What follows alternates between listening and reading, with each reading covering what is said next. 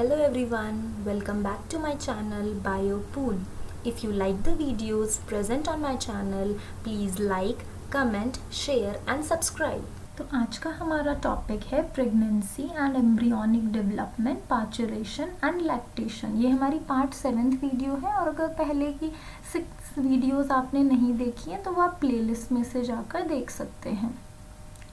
Previous video में हमने discuss किया था कि कैसे जाइगोट फॉर्मेशन हुआ, जाइगोट से आपका ब्लास्टोसिस्ट बना और जो बीच की इंटरमीडिएट स्टेजेस थी जब सेल डिवाइड हुए, सेल डिवीजन और डिफरेंशिएशन हुआ, तो इम्प्लांटेशन तक हमने लास्ट वीडियो में डिस्कस किया था। अब हम इस वीडियो में देखेंगे कि इम्प्लांटेशन कैसे हुआ और कैसे एम्ब्रियो का डेवलपमेंट होता है टिल पार्चुरेशन। ठीक है, तो इम्प्लांटेशन में जो आपका ट्रोफोब्लास्ट है, हमने लास्ट वीडियो में भी देखा, ट्रोफोब्लास्ट जो है आपका वो ब्लास्टोसिस्ट का पार्ट है। ब्लास्टोसिस्ट के पास 2 डिफरेंट टाइप्स ऑफ सेल्स हैं। Outer layer is trophoblast, inner cells को हम कहते हैं इनर सेल मास, और उसमें एक ब्लास्टोसील कैविटी भी है। तो आप प्लासेंटा के डायग्राम में भी देख सकते हो, प्लासेंटा इनर यूटेरन लाइनिंग से अटैच्ड है। ऑब्वियसली अब वो अटैच्ड है और हमने 10th क्लास में भी पढ़ा है कि प्लासेंटा फंक्शन करता है सब न्यूट्रिएंट ऑक्सीजन प्रोवाइड करने का, तो वो इसका मतलब वो मैटरनल टिश्यू और मैटरनल ब्लड से सराउंडेड है। तो ये जो कनेक्शन बनता है ट्रोफोब्लास्ट में से फिंगर लाइक प्रोजेक्शंस, जिसे हम कोराइनिक विलाई कहते हैं, जैसे स्मॉल इंटेस्टाइन में भी विलाई होती हैं, वैसे ही ये कोराइनिक विलाई ट्रोफोब्लास्ट से आती हैं। और फिर ये जो हमारे मैटरनल टिश्यू हैं मतलब एंडोमेट्रियम, उसमें से भी इस तरह के स्ट्रक्चर्स ये इंटरडिजिटेट हो जाते हैं। इंटरडिजिटेट होना मतलब अगर मैं बोलूँ आप अपने दोनों हाथों से फिंगर्स को क्रिस क्रॉस कर लो, तो इस तरह से जो क्रिस क्रॉस पैटर्न है, ऐसे मैटरनल टिश्यू और फीटल टिश्यू दोनों अटैच हो जाते हैं और एक स्ट्रक्चरल फंक्शनल यूनिट बनाते हैं जिसे हम प्लासेंटा कहते हैं। 10th क्लास में हम प्लासेंटा की डेफिनेशन ऐसे पढ़ते थे कि placenta is a disc like structure, cake like structure, क्योंकि वो ऐसा दिखता है, फ्लैट प्लेट्स जैसी है डिस्क जो कि अटैच हो जाती है यूटेरस की इनर लाइनिंग में। तो प्लासेंटा एम्ब्रियो और मैटरनल बॉडी दोनों को कनेक्ट करता है। नेक्स्ट आपका है फंक्शन ऑफ प्लासेंटा। तो अभी हमने देखा कि कैसे प्लासेंटा कनेक्ट हुआ एम्ब्रियो से भी और मैटरनल बॉडी से भी। तो आपका जो प्लासेंटा का मेजर फंक्शन आपने प्रीवियस क्लासेस में भी पढ़ा होगा, ऑक्सीजन और न्यूट्रिएंट का ट्रांसफ़र कराना, क्योंकि अब 9 मंथ तक जो प्लासेंटा है वो एक तरह का पैसेज है, वो ऑक्सीजन दे रहा है, न्यूट्रिशन दे रहा है, एक्सक्रेटरी प्रोडक्ट्स हो गए, कार्बन डाइऑक्साइड, इन सब का ट्रांसफ़र कर रहा है। एक्सक्रेटरी प्रोडक्ट्स को बाहर निकालना और यूज़फुल चीज़ों को एम्ब्रियो के डेवलपमेंट के लिए मैटरनल ब्लड से एम्ब्रियो तक पहुँचाना है। तो प्लासेंटा और एम्ब्रियो कनेक्टेड हैं एक एम्बिलिकल कॉर्ड से, जो कि आप पीछे डायग्राम में भी देख सकते हो। एम्बिलिकल कॉर्ड और फीटस एमनियोटिक फ्लूइड में होता है। ठीक है, नेक्स्ट आपके पास है जो प्लासेंटा है, वो सिर्फ यहाँ पे हमें न्यूट्रिएंट प्रोवाइड करना या एक्सक्रेटरी वेस्ट रिमूव करने से भी ज़्यादा एक इम्पॉर्टेंट फंक्शन जो प्लासेंटा परफॉर्म कर रहा है वो है कि वो एक टेम्पररी एंडोक्राइन ग्लैंड की तरह एक्ट कर रहा है यहाँ पे, क्योंकि वो रिलीज करता है प्रेगनेंसी हार्मोन जो प्रेगनेंसी को सक्सेसफुल होने में हेल्प करते हैं। और ये हम इन्हें प्रेगनेंसी हार्मोन्स इसीलिए कहते हैं बिकॉज ये फीमेल बॉडी में ओनली ड्यूरिंग प्रेगनेंसी ही आपको मिलेंगे। ठीक है, तो अब हम नेक्स्ट इनके बारे में पढ़ते हैं कि प्रेगनेंसी हार्मोन्स क्या होते हैं। तो हाँ, फीमेल बॉडी में 3 प्रेगनेंसी हार्मोन्स रिलीज होते हैं, वो है HCG, HPL and relaxin. HCG is human chorionic gonadotrophin hormone, HPL is human placental lactogen and relaxin. तो ये जो तीनों हार्मोन हैं ये फीमेल बॉडी में, फीमेल ब्लड में ओनली ड्यूरिंग प्रेगनेंसी ही मिलेंगे। तो अब आप लोगों ने एडवर्टाइजमेंट्स में भी ऐसे देखा होगा, वो जो प्रेगनेंसी किट्स आती हैं, क्योंकि फीमेल यूरिन में तब HCG और HPL इनका कॉन्सेंट्रेशन इंक्रीज हो जाता है, या ये क्योंकि ये ब्लड में आ जाते हैं तो ये कंफर्म करते हैं कि that a female is pregnant. तो वो किट में स्ट्रिप्स आती हैं, पिंक स्ट्रिप्स, और जो उसमें स्ट्रिप्स शो होती हैं, इसका मतलब जो फीमेल है शी इज़ प्रेग्नेंट। ठीक है, अब रिलैक्सिन जो है वो प्रेगनेंसी के टाइम पे ओवरी रिलीज करती है जब प्रेगनेंसी कंप्लीट होने वाली होती है। अब देखो नाम से आपको क्लियर हो रहा है रिलैक्सिन हार्मोन, बिकॉज जब वो बेबी डेवलप होगा तो सभी ऑर्गन्स जो हैं वो पुशअप मतलब पीछे की तरफ उन्हें यूट्रस उन्हें पीछे की तरफ पुश करेगा बैक साइड पे, क्योंकि यूट्रस को जगह चाहिए एम्ब्रियो को रखने के लिए, जो डेवलप्ड फीटस है उसे। तो जो मसल्स हैं वो टेंस्ड हो जाती हैं, तो उन मसल्स को रिलैक्स करने का काम ये रिलैक्सिन हार्मोन करते हैं। और जो फीमेल बॉडी के जो नॉर्मल हार्मोन है प्रोजेस्टेरॉन, ईस्ट्रोजन, ये सब उस टाइम भी प्रेजेंट हैं। अब क्या होता है प्रेगनेंसी में सभी हार्मोन्स का जो लेवल है वो ऑप्टिमम लेवल से थोड़ा ज़्यादा बढ़ जाता है। ईस्ट्रोजन, प्रोजेस्टेरॉन, क्योंकि मेमोरी ग्लैंड डेवलपमेंट होगा मिल्क प्रोड्यूस करने के लिए इन फ्यूचर, मतलब आफ्टर पार्चुरेशन, क्योंकि मिल्क प्रोवाइड करेंगे, क्योंकि ह्यूमन क्या है विविपेरस एनिमल्स हैं। तो जो फीमेल है वो फीड करती है यंग वंस को। कॉर्टिजोल, प्रोलैक्टिन, थायरॉक्सिन, ये सभी हार्मोन्स जो हैं वो फीमेल ब्लड में उनका कॉन्सेंट्रेशन बढ़ जाता है, क्योंकि फीमेल की मेटाबॉलिक एक्टिविटी भी बढ़ जाती है।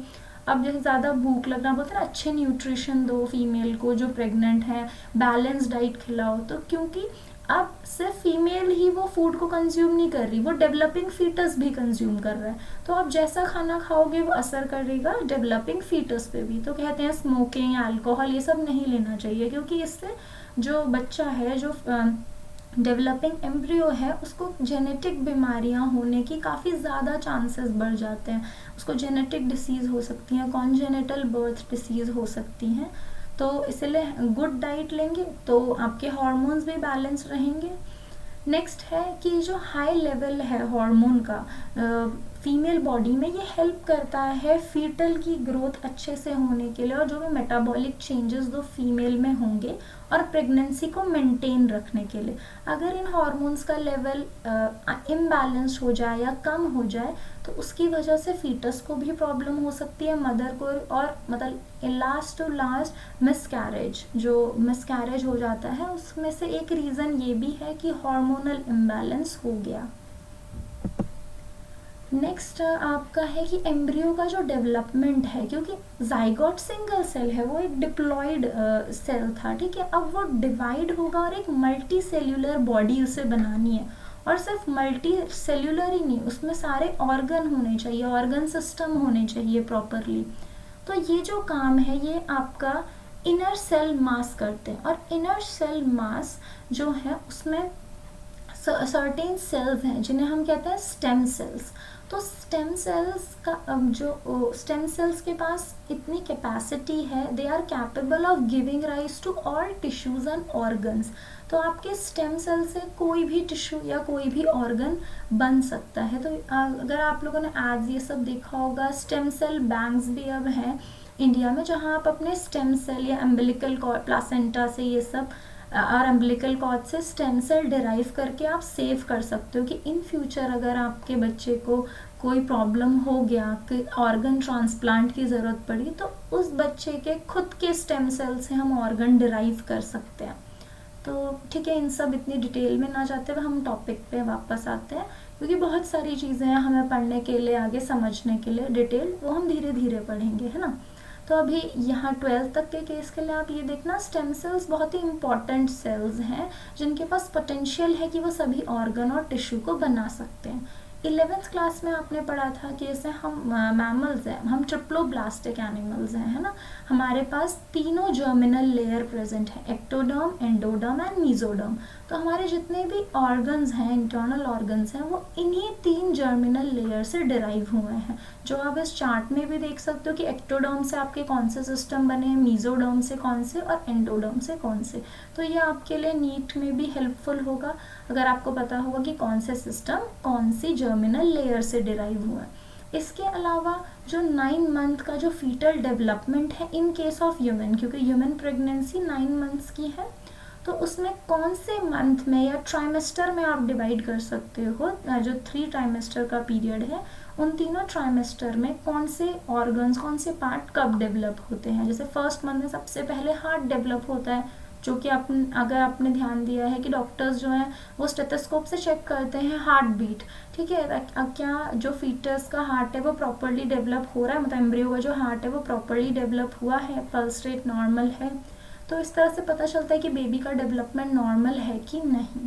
तो हर एक ट्राइमेस्टर में डिफरेंट ऑर्गन्स डेवलप होते हैं, और जो आपका लास्ट मंथ है, जो आपके लास्ट ट्राइमेस्टर होता है, उसमें ऑलमोस्ट पूरा बेबी कंप्लीट बन चुका है। अब फाइनल फिनिशिंग हो रही है, उसमें फैट टिश्यूज बढ़ रहे हैं, जो बोन्स का डेवलपमेंट है वो कंप्लीट हो रहा है, अभी सारे ऑर्गन्स बन चुके हैं लास्ट ट्राइमेस्टर तक, ठीक है। और ब्रेन कंटिन्यूसली एक्टिव हो जाता है। जो बेबी है, अब बिफोर पार्चुरेशन बेबी ही सिग्नल करता है मदर को, तो मदर पिट्यूटरी को एक्टिवेट करता है कि foetus is develop and ready for the delivery. वो अभी हम आगे देखते हैं।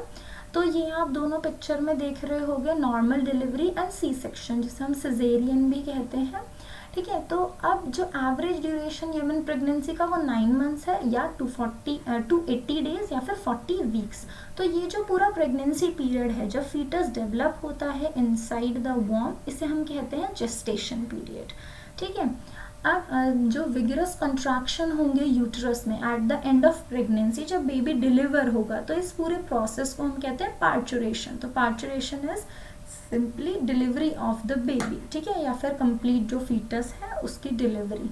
अब ये जो मैकेनिज्म है, ये मतलब इतना ईजी मैकेनिज्म नहीं है कि बेबी डेवलप हुआ और डिलीवरी हो गया। पूरे आपके नर्वस सिस्टम, आपका endocrine system, skeletal system, muscular system सभी इन्वॉल्व्ड हैं, ठीक है। तो हम इसे कहते हैं it is a complex neuro endocrine mechanism, क्योंकि आपके बहुत सारे हार्मोन्स, कॉर्टिजोल, ईस्ट्रोजन, ऑक्सीटोसिन, ये सभी इन्वॉल्व हैं, यूटरस को हेल्प करते हैं। जैसे ऑक्सीटोसिन हेल्प करता है मायोमेट्रियम, अब हमारी मस्कुलर लेयर यूटरस की यहाँ वर्क करेगी, वो बहुत ही स्ट्रॉन्ग कॉन्ट्रैक्शन होते हैं रेगुलर इंटरवल ऑफ टाइम में, और उस कॉन्ट्रैक्शन की वजह से जो बेबी है, द बेबी इज डिलीवर्ड, ठीक है।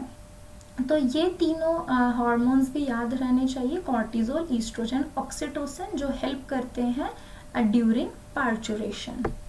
अब after the baby is delivered, अब जो वर्क है वो है मेमोरी ग्लैंड्स का, because during the time of pregnancy mammary glands develop हुए, उनमें फैटी टिश्यूज डेवलप हुए जो कि मिल्क डेवलप करेंगे, ठीक है। तो at the end of pregnancy जो प्रोसेस है वो है लैक्टेशन। तो लैक्टेशन होता है feeding the new born baby, और जो न्यूबॉर्न बेबी को जो मिल्क मदर प्रोवाइड करती है इनिशियल डेज में, 3-4 डेज में, जो मिल्क है वो बहुत थिक होता है, येलोइश थिक मिल्क होता है, और वो रिच होता है एंटीबॉडीज़ में, और ये एंटीबॉडीज़ हेल्प करती हैं बेबी को उसकी इम्यूनिटी डेवलप करने के लिए, क्योंकि अभी बेबी 9 मंथ से था मदर की पूरी केयर और प्रोटेक्शन में, और बाहर आने के बाद बहुत सारे पैथोजेंस उसे अटैक करना चाहेंगे, है ना। तो इससे बचने के लिए मदर उसे जो है वो प्रिपेयर्ड एंटीबॉडीज़ प्रोवाइड करती है in the form of milk, और मिल्क में जो एंटीबॉडी है वो है IgA, इम्यूनोग्लोबुलिन A।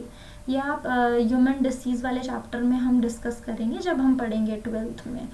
तो लास्ट हमारा यही था, after the delivery of baby lactation होगा, और जो मिल्क प्रोड्यूस होता है इनिशियल डेज में उसे कोलेस्ट्रॉम कहते हैं, उसमें जो एंटीबॉडी है वो है IgA, और ये मिल्क सिर्फ 3-4 डेज तक ही रिलीज होता है, उसके बाद नॉर्मल मिल्क रिलीज होगा जितनी बेबी की रिक्वायरमेंट होगी। इस वीडियो के नोट्स आपको मिलेंगे बायोपूल के टेलीग्राम चैनल पे, और इसका लिंक आपके लिए नीचे डिस्क्रिप्शन बॉक्स में है। Thank you for watching the video.